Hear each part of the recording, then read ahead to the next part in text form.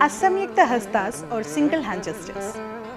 For the practice purpose, it can be held either with both the hands or with single hand. Also, can hold it near the chest level or in the Ardhanatyarvam level.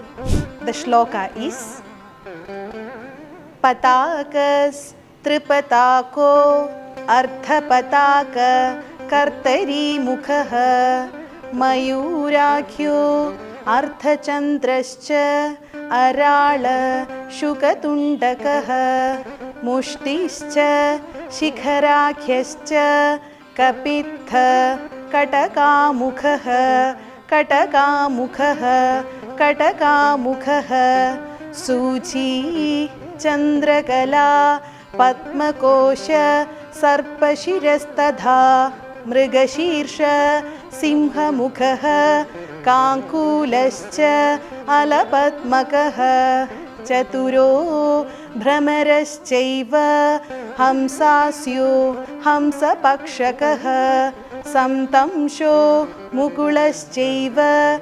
Tamrachutasтрishulakaha Ityasamyuktahastanam Ashtabimshatiritaha. Namaste.